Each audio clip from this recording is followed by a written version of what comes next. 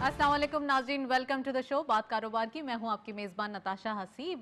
बात करते हैं मार्केट की। ओवरऑल सिचुएशन एक नेगेटिव दिखाई दे रही है। कल भी हमने देखा था मार्केट के अंदर कुछ करेक्शन देखी गई थी। आज भी मार्केट में लेस ऑप्टिमिज्म दिखाई दिया है, जिसका इम्पैक्ट हमने इन्वेस्टर्स की जानिब से देखा। प्रॉफिट बुक करते हुए दिखाई दिए, काफ़ी हद तक पोजीशन ऑफलोड करते हुए दिखाई दिए और कैश बुक करते हुए दिखाई दिए।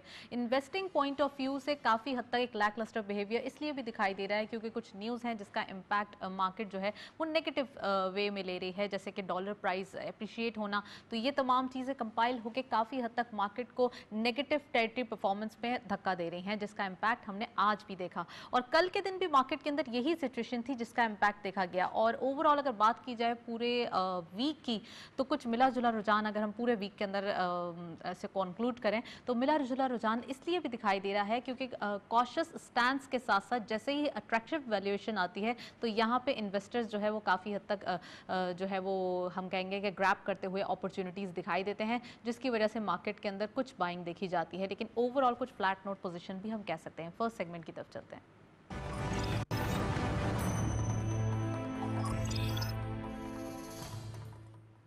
मार्केट स्टैटिस्टिक्स देखते चलते हैं आज की मार्केट में क्या पोजीशंस रही।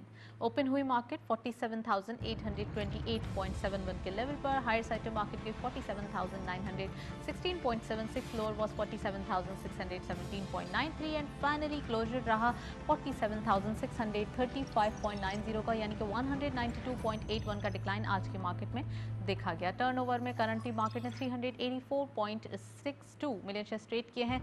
कल के मुकाबले में डिक्लाइन देखा जाता है 10.27 मिलियन शेयर्स का। और वैल्यू वाइज भी आज देख रहे हैं कुछ ड्राई बिहेवियर दिखाई दे रहा है। 11.51 बिलियन रुपीस वैल्यू रही।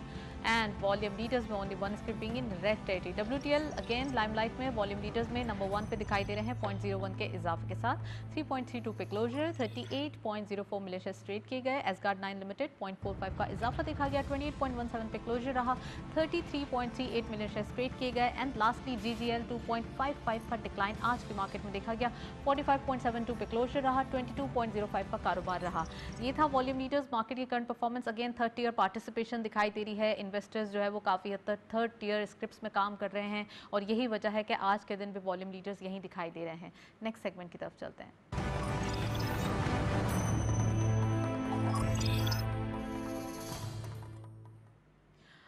आज के दिन टॉपिक ऑफ द डे में हम बात करने वाले हैं फार्मास्यूटिकल सेक्टर के बारे में। फार्मास्यूटिकल सेक्टर इटसेल्फ एक इंडस्ट्री का लेवल इख्तियार कर गया है और फार्मास्यूटिकल इंडस्ट्री जब पाकिस्तान आज़ाद हुआ था 1947 इंडिपेंडेंस के टाइम पे, यहाँ पे कोई कंपनी दिखाई नहीं दे रही थी फार्मास्यूटिकल के हवाले से। लेकिन आज के दिन अगर हम बात करें तो 750 इंडस्ट्री से अबव यहाँ पे कंपनीज लग चुकी हैं, काम हो रहा है। मल्टीनेशनल कंपनीज भी आ चुकी हैं और ज़बरदस्त ड्रग्स मैन्युफैक्चरिंग हो रही है और काफ़ी हद तक लोकल डिमांड फुलफिल की जा रही है। तो आज के दिन हम डिटेल डिस्कशन करने वाले हैं।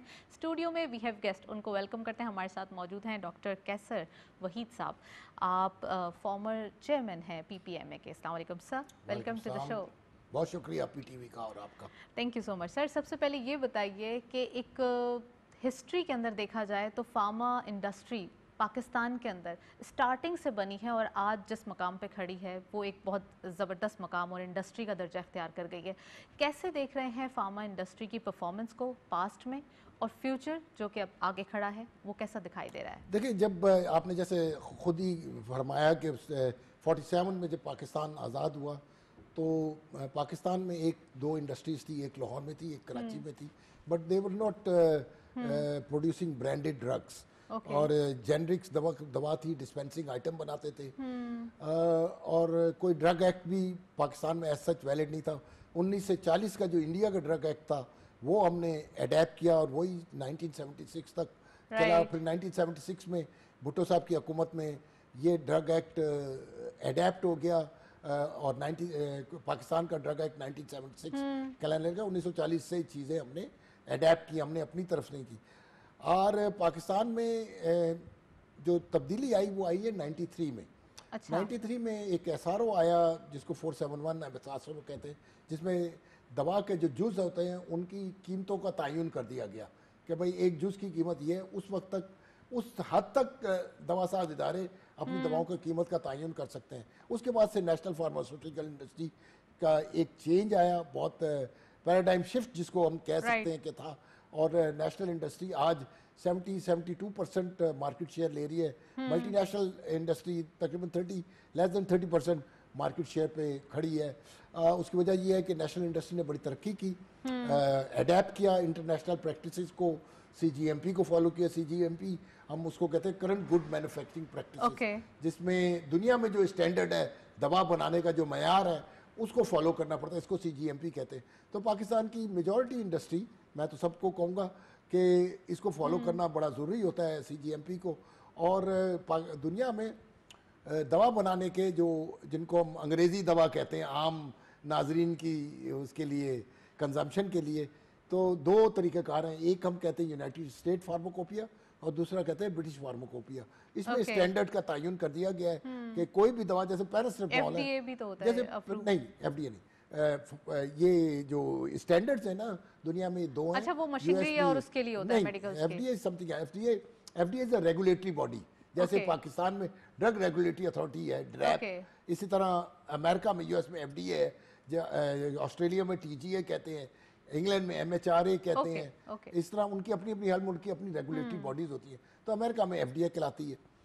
तो ये जो स्टैंडर्ड मैंने आपको बताया, ये दो स्टैंडर्ड है, ब्रिटिश फार्माकोपिया और यूनाइटेड स्टेट फार्माकोपिया, जिसमें दवाओं की मेयार का तयन कर दिया गया कि दवा इस तरह बननी है और उसको चेक इस तरह करना है। सर, पाकिस्तान में जो दवाएं बन रही हैं या जितनी कंपनीज हैं जो दवाएं बना रही हैं, तो आप समझते हैं वो अपने स्टैंडर्ड मेंटेन किए हुए हैं और वो जो पेशेंट्स हैं या पाकिस्तान में जो नीड है उसके हिसाब से ज़बरदस्त चल रहे हैं, कोई उसमें इश्यूज नहीं है? देखिए, जैसे बायोटेक ये सवाल बड़ा अहम है और मैं बहुत मशकूर हूँ आपका कि आपने बड़ा टाइमली ये सवाल किया और नाज़रीन को बताना बड़ा ज़रूरी है कि पाकिस्तान की दवाओं के मेयार क्यों अच्छा है।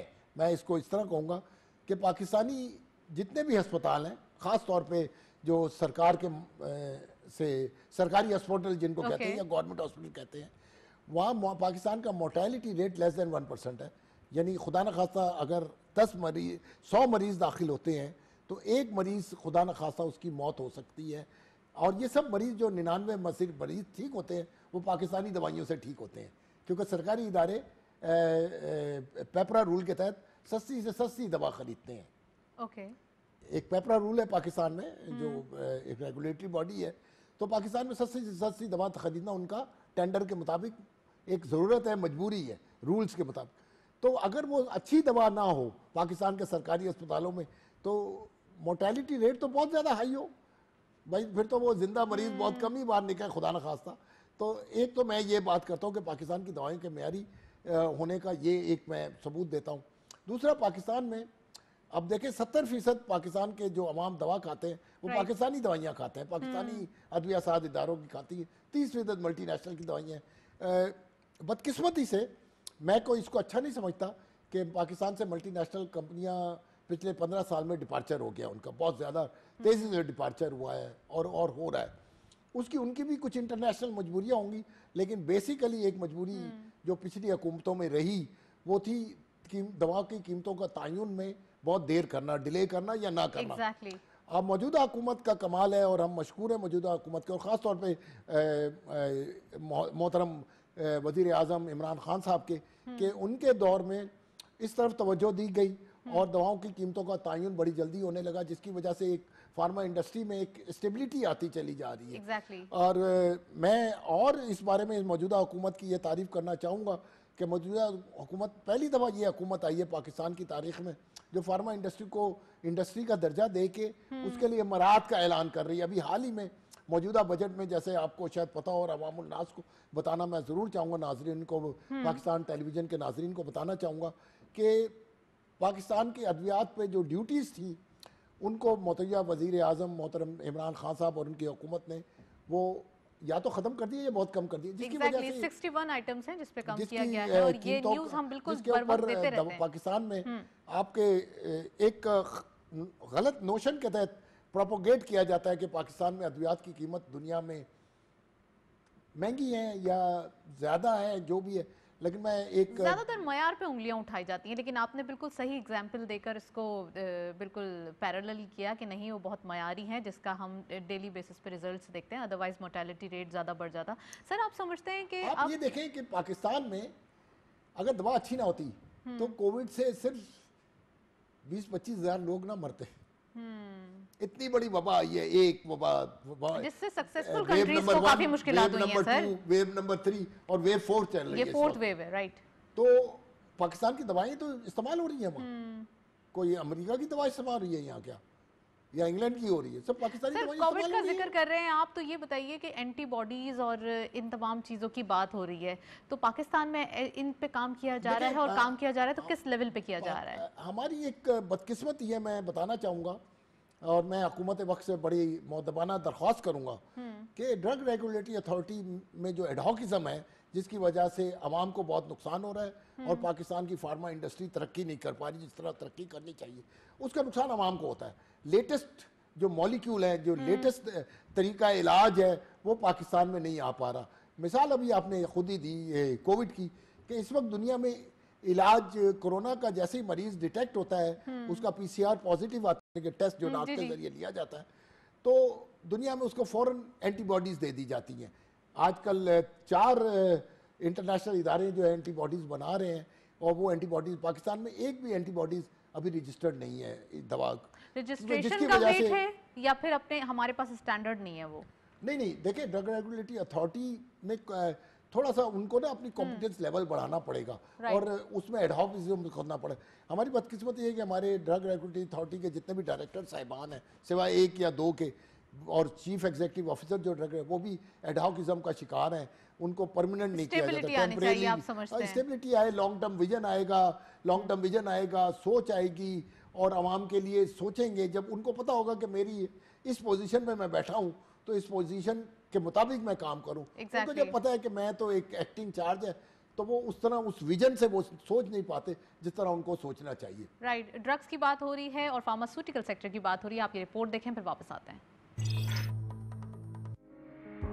फार्मास्यूटिकल इंडस्ट्री की आलमी मार्केट बहुत वसी है। हालिया बरसों में उभरती हुई मार्केटें और एशिया पैसिफिक के इलाके ऐसे हैं जहां हमारी यानी कि पाकिस्तानी मार्केट में इजाफा हुआ है। खुशकिस्मती से हमारा फार्मास्यूटिकल का शोबा तहकीक और जदीद मसनूआत की तैयारी के जरिए दुनिया के मुल्कों में तमाम तबकात तक रसाई फराहम करता है, और यही इस शोबे की तरक्की की एक बड़ी वजह भी है। एक ऐसे वक्त में कि जब दुनिया भर में कोरोना की वजह से पैदावारी सरगर्मियाँ मुतासिर हुई और मईशतों की बहाली के लिए ताहाल कोशिशें भी जारी हैं, पाकिस्तान में कोरोना वायरस की वजह से लगने वाले लॉकडाउन ने मईशत को तो शदीद मुतासिर किया, जिसके नतीजे में कुछ अफराद को मुलाजमतों से हाथ भी धोना पड़े। मगर फार्मास्यूटिकल सेक्टर ने सूरत हाल को अपने लिए चैलेंज समझकर कबूल किया और मौका गनीमत जानकर अदविया साजी में हर मुमकिन रुकावट अबूर करते हुए कोरोना वबा में बेहतरीन कारकर्दगी का मुजाहिरा किया। माजी में पाकिस्तान में दवासाजी की सनत में काम करने वाली मुकामी और गैर मुकामी कंपनियां मुल्क में अद्वियात की कीमतों की पॉलिसी में अदम तसलसल की शिकायत करती नजर आई हैं। साथ ही कीमतों पर किसी वाज़े पॉलिसी की अदम मौजूदगी के बायस गैर मुल्की दवासाज कंपनियों की तरफ से कारोबार बंद करने की खबरें भी आती रही हैं। लेकिन मौजूदा हुकूमत में पाकिस्तान में मुकामी और गैर मुल्की अद्वियात साज कंपनियों को वाकई अपनी पैदा करदा मसनूआत की सही कीमत मिलना शुरू हो चुकी है।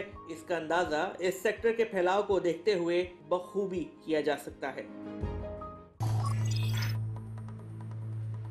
जिस तरह के स्टैंडर्ड्स चल रहे हैं उसमें ये बताया जा सकता है कि पाकिस्तान की अद्वियात काफ़ी हद तक हम कहेंगे स्टैंडर्डाइज हैं, जिसका इम्पैक्ट हम देख रहे हैं, और सस्ती से सस्ती दवाई भी मयारी दिखाई दे रही है। डॉक्टर साहब हमारे साथ मौजूद हैं, कैसर साहब से बात करेंगे।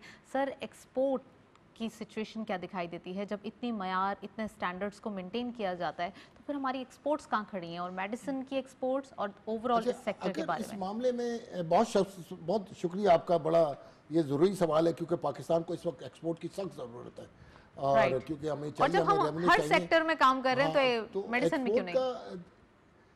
अगर हम देखें कि पड़ोसी मुल्क में उन्होंने एक इदारा बनाया फार्मास्यूटिकल एक्सपोर्ट काउंसिल। हम बहुत अरसे से हुकूमत से मुतालबा करते आ रहे हैं, पाकिस्तान फार्मास्यूटिकल मैन्युफैक्चर एसोसिएशन की क़यादत मुतालबा करते आ रही है कि पाकिस्तान में भी इस तरह का एक इदारा बनाया जाए जो इंडिपेंडेंट इदारा हो, और दवा के या सेहत की जितनी भी चीज़ें हैं, चाहे वो हर्बल दवाइयाँ हों, होम्योपैथिक दवाइयाँ हों, या ये एलोपैथिक दवाइयाँ और डिवाइसेस हों, हेल्थ केयर की डिवाइसेस, इन सब का वन विंडो ऑपरेशन होना चाहिए। हम ये सजेस्ट किया, हमने रज़ाक दाऊद साहब जो एडवाइज़र हैं to prime minister on commerce, उनसे हमारी बहुत मीटिंगें हुई कि therapeutic goods export council of Pakistan बनाई जाए। यानी थेरेप्यूटिक गुड्स में वो तमाम चीज़ें आ जाती हैं जो सेहत से मुताल्लिका चीज़ें हैं, इसकी एक एक्सपोर्ट काउंसिल बनाई जाए जो वन विंडो ऑपरेशन के तहत परमिशन दे, रजिस्ट्रेशन करे, और तमाम मामलात kind of regulator body, kind of export facilitation body. Okay. जैसे हमारे पड़ोसी मुल्क में एक्सपोर्ट काउंसिल है, वो लोन भी वही देते हैं, फैसिलिटेशन भी यही करते हैं। हमारी क्योंकि रजिस्ट्रेशन फीस बैरून मुल्क में दवा की बहुत ज़्यादा होती है, एक प्रोडक्ट की $10,000 भी होती है, $5,000 भी होती है, और $20,000 भी होती है। तो इस तरह ये जो बॉडी होगी ये हमें फैसिलिटेट करेगी, हमारे मामलात को समझेगी, क्योंकि डेडिकेटेड होगी ना, एक्सपर्ट हो गए एक शोबे के। Trade development authority jack of all है, master of none, jack of all, यानी वो चावल में भी हैं तो मछली में भी हैं तो मशीन में भी, तो टेक्सटाइल में है। तो उनको बात समझाना बहुत मुश्किल है, क्योंकि डेडिकेशन नहीं है उनके पास, वो कॉम्प्रिहेंशन नहीं है सब्जेक्ट की, जो हेल्थ केयर के सब्जेक्ट के लिए जरूरी हेल्थ केयर होती एक है। डिफरेंट है, उसमें केयर भी ये हमने है। ये सजेस्ट किया कि therapeutic goods export council of Pakistan बनाई जाए, जो वन विंडो ऑपरेशन हो, जिसके तहत पाकिस्तान की तमाम एक्सपोर्ट्स से रिलेटेड, ये हेल्थ केयर एक्सपोर्ट से रिलेटेड, जिसमें इस वक्त पाकिस्तान ने, जैसे आपने बताया कि कोविड में पाकिस्तान में देखिए कोविड के रिलेटेड बहुत चीज़ें नहीं थी, पीपीईज नहीं थे, पर्सनल प्रोटेक्शन जो इक्विपमेंट या जो कपड़े होते हैं, ड्रेसेस होते हैं, वेंटिलेटर, मास्क, कुछ नहीं था। अल्हम्दुलिल्लाह now we are producing excess quantity, excess quantity. तो ये अगर एक हमारी body therapeutic good export council बन जाए, तो ये हम दुनिया भर में जहाँ कोविड से ज़्यादा प्रॉब्लम है और उनके पास वो चीज़ें नहीं है, तो हम वो एक्सपोर्ट कर सकेंगे। हम अद्वियात बहुत एक्सपोर्ट कर सकते हैं, हम हर्बल दवाइयाँ बहुत एक्सपोर्ट कर सकते हैं, हम न्यूट्रास्यूटिकल बहुत एक्सपोर्ट कर सकते हैं। बहुत बड़ा एवेन्यू है दुनिया में। सर अभी वेटेज कितना होगा अभी ओवरऑल $1 इकोनॉमी ट्रिलियन की मार्केट, $3 ट्रिलियन की दुनिया मार्केट है इस वक्त। $3 ट्रिलियन की दुनिया में दवा से मुताल्लिक हम तो $250 मिलियन एक्सपोर्ट कर रहे हैं। पीनट, दुनिया कहाँ से कहाँ जा रही है, हम सिंपली ये कह रहे हैं। अच्छा, दवा सिर्फ एक ऐसी चीज़ है जो मेड इन पाकिस्तान होती है, उसके ऊपर लिखा होता है बड़ा बड़ा मेड इन पाकिस्तान। बाकी पाकिस्तान से जितनी भी चीज़ें चाहती हैं, जो टेक्सटाइल वालों को सबसे ज़्यादा लीवरेज दी जाती है और सब्सिडियाँ दी जाती हैं, वो बेचारे तो एक चीज़ पे मेड इन पाकिस्तान नहीं लिख सकते।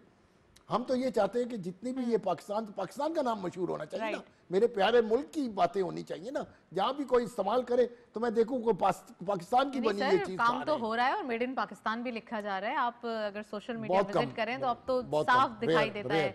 देखें, आप वॉलमार्ट पे चले हैं दुनिया में, अमेरिका में, तो आपको जो चीज़ें मिलेंगी वो वियतनाम की बनी हुई और बांग्लादेश और इंडोनेशिया की बनी हुई चीज़ें नजर आएंगी। पाकिस्तान की भी आपको दिखेंगी अब आप हम ये कहते हैं कि देखिए ये हेल्थ केयर एक एक्सेस सब्जेक्ट है कि अगर पाकिस्तान की बनी हुई दवा या इक्विपमेंट या डिवाइस से कोई मरीज ठीक होगा तो हमेशा पाकिस्तान से बाहर का आदमी प्यार करेगा कि पाकिस्तान की ये चीज़ बहुत अच्छी थी।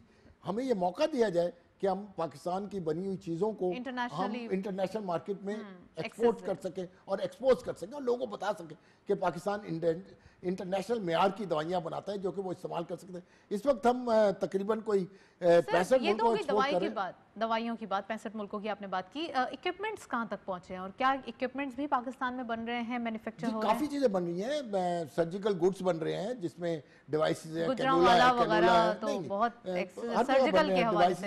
सर्जिकल सिरिंजेस हैं, कैनुलाज हैं, आईवी कैनुलाज वगैरह हैं, काफ़ी चीज़ें बन रही है पाकिस्तान में।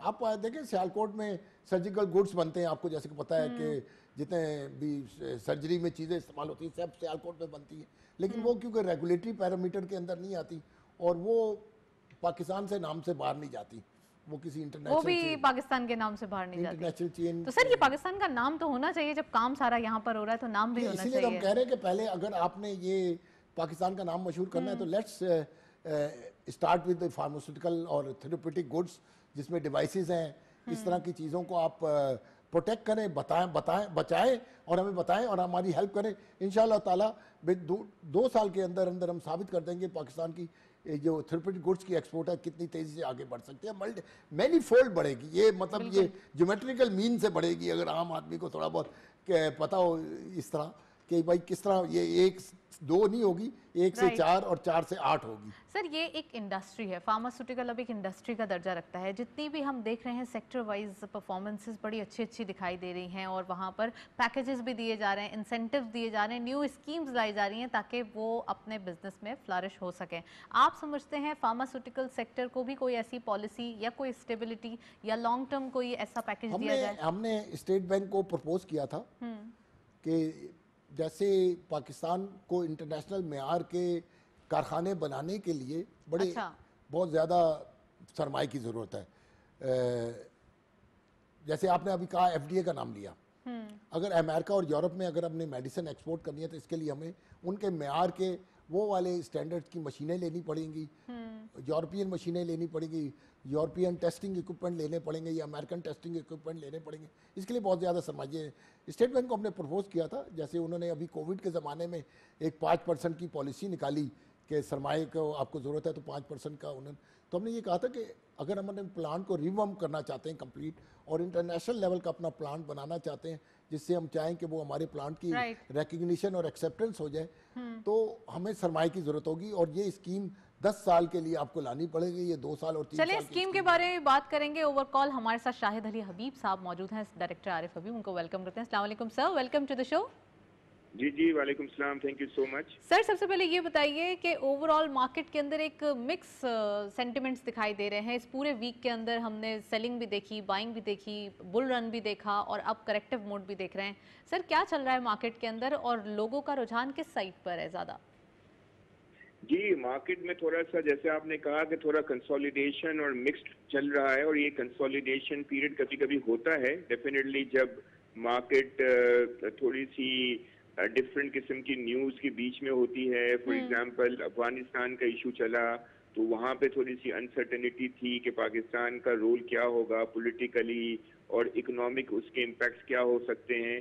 तो उस वजह से बहुत सारे इन्वेस्टर्स जो है ना वो ज़रा अपनी पोजीशंस को देख रहे होते हैं और थोड़ा सा रिसर्च करने के मोड में होते हैं। और उसकी वजह से ज़रा मार्केट कंसोलिडेट करती है और मार्केट आजकल ज़रा ये हफ्ता रोल ओवर वीक भी चल रहा है ना, तो रोल ओवर वीक में जो ना रोल ओवर वीक में थोड़ा कंसोलिडेशन फेज चल रहा होता है और उसमें ज़रा देख रहे होते हैं कि जब जो पोजीशंस को आगे लेके रोल ओवर करनी होती हैं तो उसके दौरान कहीं कोई वीकनेस अगर मार्केट में आती है तो जो अच्छे इन्वेस्टर्स होते हैं वो उसमें उसको अवेल करने की कोशिश करते हैं उस अपॉर्चुनिटीज को। सर जब तो न्यू रोल ओवर वीक का आइडिया दिया गया था और 60 टू 90 डेज का भी अब रोल ओवर वीक हुआ करेगा, तो आप समझते हैं कि ये रोल ओवर वीक का इतना प्रेशराइज होना कुछ सरप्राइजिंग है?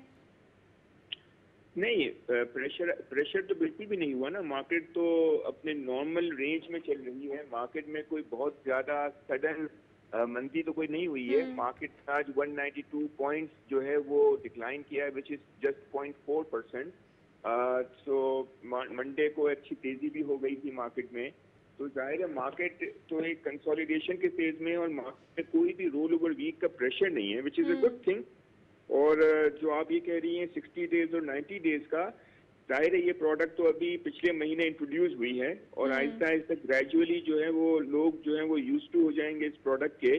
और वो जाहिर है जिसको लॉन्गर टेनर पे अगर कोई लेवरेज लेना है तो वो 60 डेज का या 90 डेज का ले सकता है, लेकिन जो वॉल्यूम जो ज्यादा होता है ना वो विदिन अ मंथ ही होता है। Exactly. जैसे अभी हम अगस्त से सितंबर में, तो सितंबर का काउंटर ज्यादा एक्टिव होगा कंपेयर टू अक्टूबर का काउंटर या नवंबर का काउंटर। राइट सर, कल हमने न्यूज़ सुनी थी इंटरनेशनल कॉन्फिडेंस इंडेक्स में पाकिस्तान 59 नंबर्स अप चला गया है। तो सर कितना कॉन्फिडेंस आया है इस लिस्ट के, इस इंडेक्स के आने के बाद, और साथ साथ ये कि मार्केट या फिर इकोनॉमी इसको कैसे जो है वो बिहेव करेगी?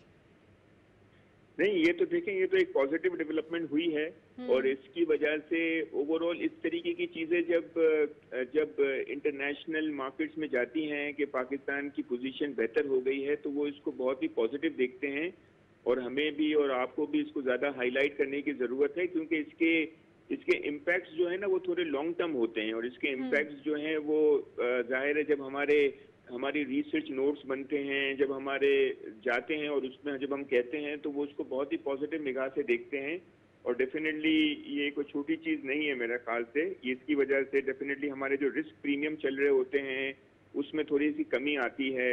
उसमें जो हमारा और रीजन का डिस्काउंट चल रहा होता है वो discount over a period of time थोड़ा कम होता रहता है। राइट। तो these are positive things I guess. Sir कुछ फाइनेंस टीम के अंदर भी चेंजेस दिखाई देते हैं, यहाँ पे एफबीआर के चेयरमैन भी चेंज हो जाते हैं। सर क्या दिखाई दे रहा है इतनी ज़्यादा चेंजेस? ऑब्वियसली स्ट्रॉन्ग टीम ही होना चाहिए और स्ट्रॉन्ग टीम ही दिखाई दे रही है, तो काफ़ी टारगेटेड थिंग्स की जा रही हैं या फिर आने वाले दिनों में कुछ अच्छे रिजल्ट्स मुतवक्के हैं? देखिए, ये तो आपको फाइनेंस मिनिस्टर ज़्यादा अच्छे तरीके से बता सकेंगे, लेकिन हम तो अपना एक गेस वर्क कर रहे होते हैं। सर और मेरे फोरकास्ट भी ख्याल होती से है, प्रेडिक्शंस भी होती हैं और अपना एनालिसिस भी होता है।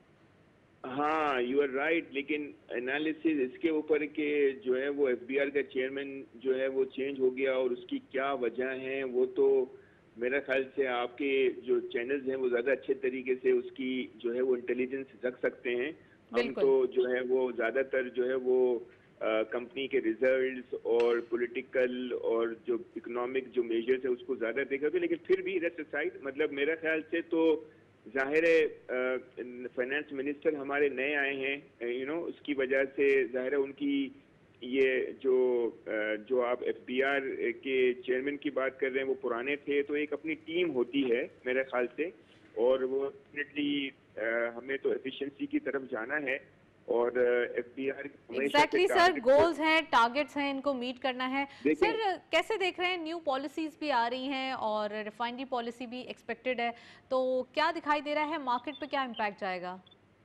देखिए, मार्केट में तो मुझे लगता है कि मार्केट बहुत ही हमारी अंडर वैल्यूड है और मार्केट में पोटेंशियल तो बहुत ज़्यादा है। अगर लॉन्ग टर्म इन्वेस्टर्स की मैं बात करूं तो पाकिस्तान में तो हम अभी देख रहे थे कि अभी हम एक अपना नोट बना रहे थे तो हमें पता चला कि 20 इयर्स का जो हमारा एवरेज रिटर्न है, एनुअल रिटर्न, वो 21.4% डॉलर में है। तो ये इस तरीके के रिटर्न्स पाकिस्तान में तो बहुत ज्यादा हैं compare to the reach and compare to other global return. तो पाकिस्तान, और ये भी नहीं है कि हमारा जो मल्टीपल है वो बहुत ही महंगा है। हम तो प्राइस एंडिंग मल्टीपल अभी हमारा 6.75 पे चल रहा है, very very cheap. Exactly sir, हम रीजन में पूरी चीप मार्केट है। Thank you so much. Shahid Ali Habib sahab हमारे साथ मौजूद थे, काफ़ी detail analysis, CEO of Arif Habib. उनका कहना है कि मार्केट काफ़ी हद तक करेक्टिव मूड पे दिखाई देती है और ये स्टेबिलिटी है, कंसोलिडेशन प्रोसेस है जो कि रोल ओवर वीक में दिखाई देता है जनरली। और अभी हम देख रहे हैं मार्केट में जब बुल रन इस वीक के स्टार्ट में स्टार्ट हुआ तो यहाँ पर भी कुछ पॉजिटिव और वाइब्रेंट वाइब्स आने लगी थी, लेकिन अब हम देख रहे हैं यहाँ पर कुछ रोल ओवर वीक का एक डिप्रेशन दिखाई दे रहा है जो कि नेक्स्ट वीक से हम कह सकते हैं कि फेड होता हुआ दिखाई देगा और वापस मार्केट अपनी परफॉर्मेंस विटनेस करेगी।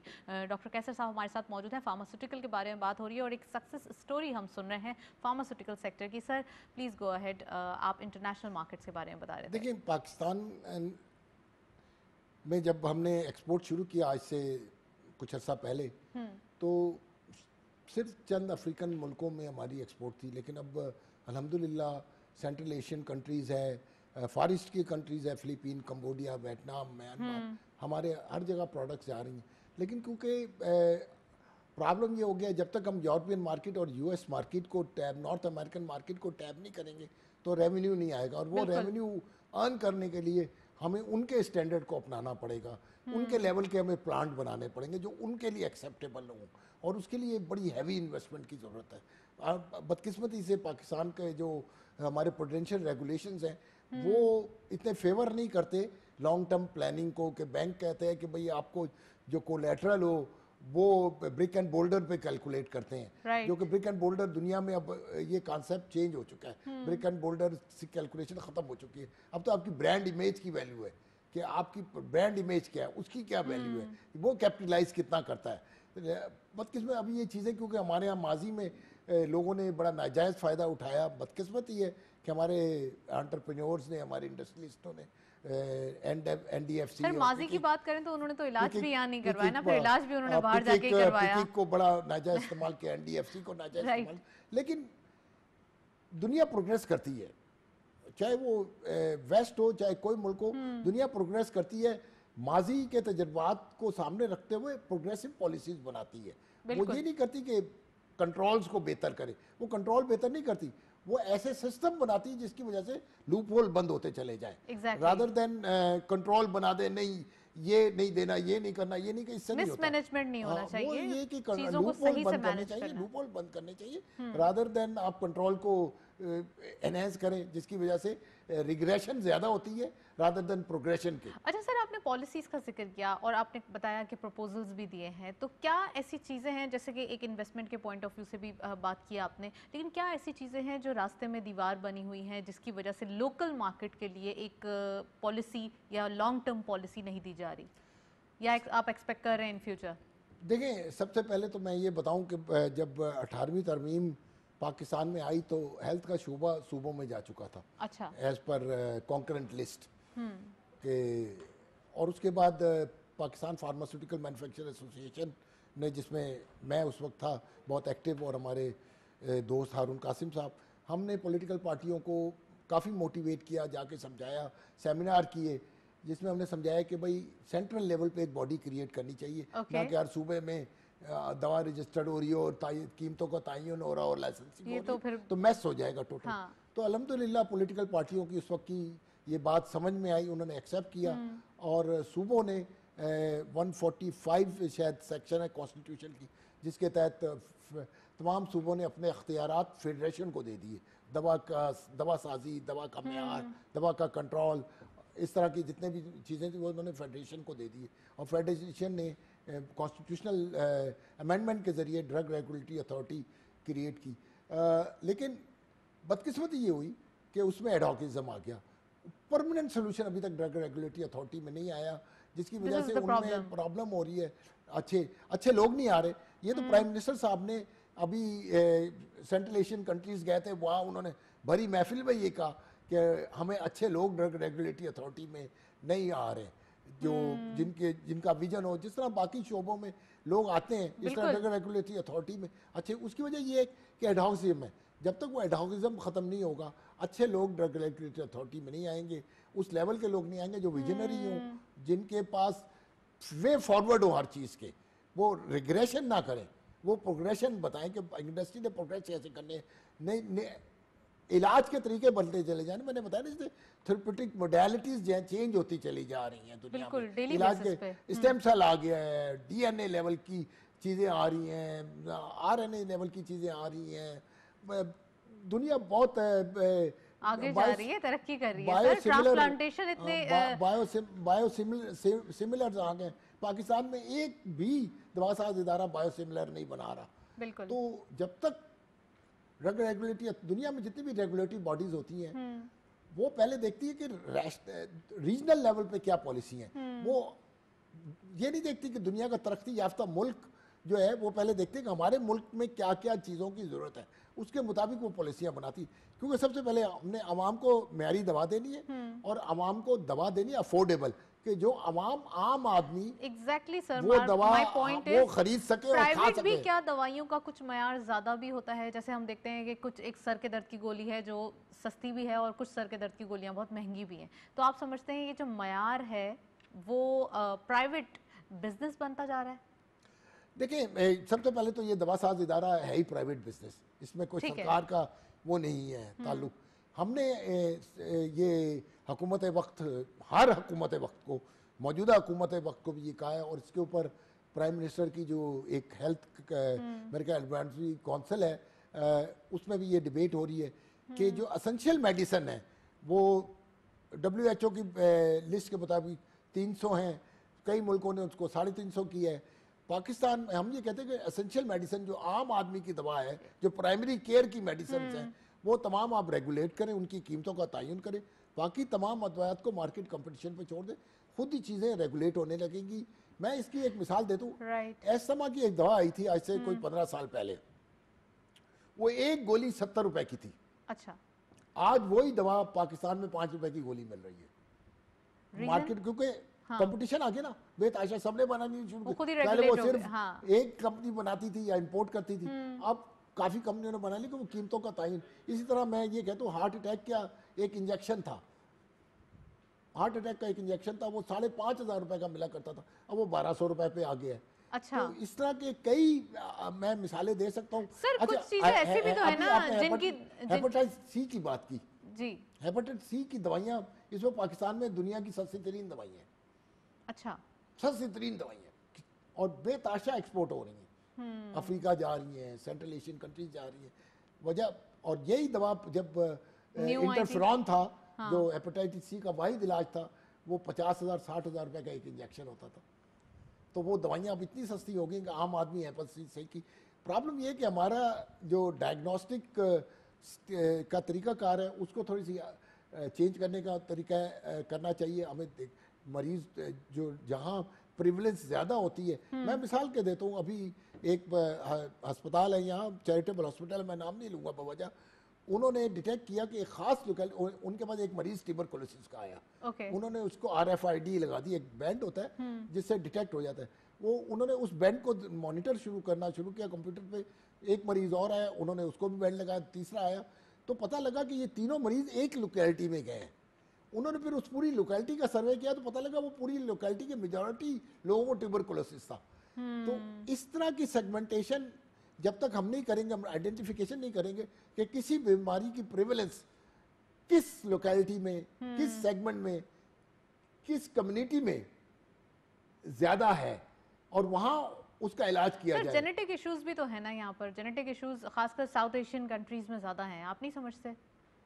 पाकिस्तान में देखें प्रॉब्लम वो जो हमारी कजन मैरिजेज हैं उनकी वजह से ज्यादा प्रॉब्लम तो वो कुछ चल भी रहे हैं उसके हवाले से पिक्चर्स वगैरह, वो ज्यादा प्रॉब्लम है। लोगों को समझाना पड़ रहा है कि भाई कजन मैरिजेज, हेरिडिटरी डिजीजेस से बचने के लिए जरूरी है। हाँ, वो ब्लड सैंपल लेना चाहिए। हमारे यहाँ ये टैबूज बहुत ज्यादा हैं। सो कॉल्ड एजुकेशन है पर एजुकेशन नहीं है।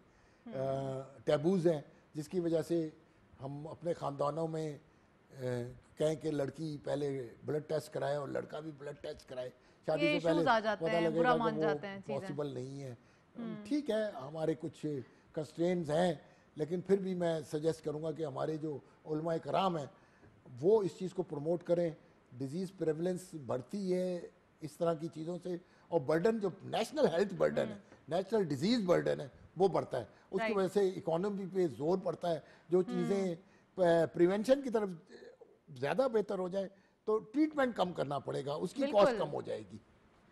राइट सर, कुछ चीज़ें हम ऐसे देखते हैं जो कि खासकर बाहर से रॉ मटेरियल इंपोर्ट होता है, जिसका इम्पैक्ट ये आता है कि जब ट्रक की कॉस्ट है वो बढ़ जाती है, डेली बेसिस पे डॉलर प्राइस इंक्रीज हो रहा है या फिर चेंज हो रहा है, जिसका जो एक डायरेक्ट अफेक्ट हो रहा है इंपोर्ट बिल पे। तो आप समझते हैं कि डॉलर या फिर रुपी की जो एक चेंजेस हैं वो इम्पैक्ट करती हैं दवा की प्राइस को?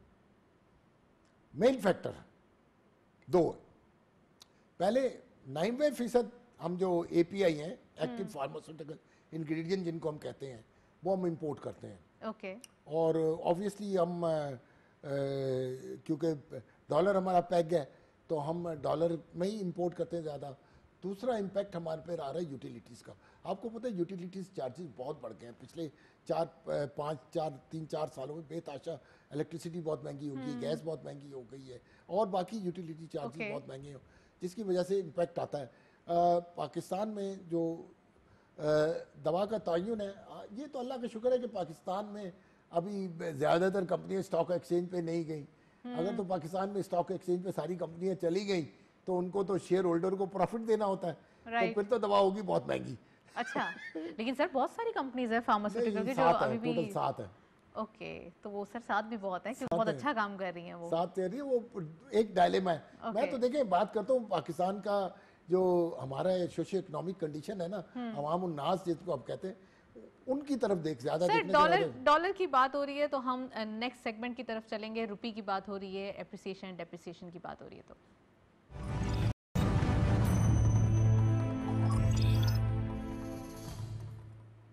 कमोडिटीज और फॉरेक्स के लेटेस्ट अपडेट आज की मार्केट में देखते चलते हैं। गोल्ड की पर तोला प्राइस 1,11,900 रुपीज़, गोल्ड पर 10 ग्राम 95,900 रुपीज़, इंटरनेशनल गोल्ड रेट पर 1794.62 डॉलर, ऑयल WTI पर barrel 67.54 dollar, oil Brent crude पर बैरल 71.05 डॉलर।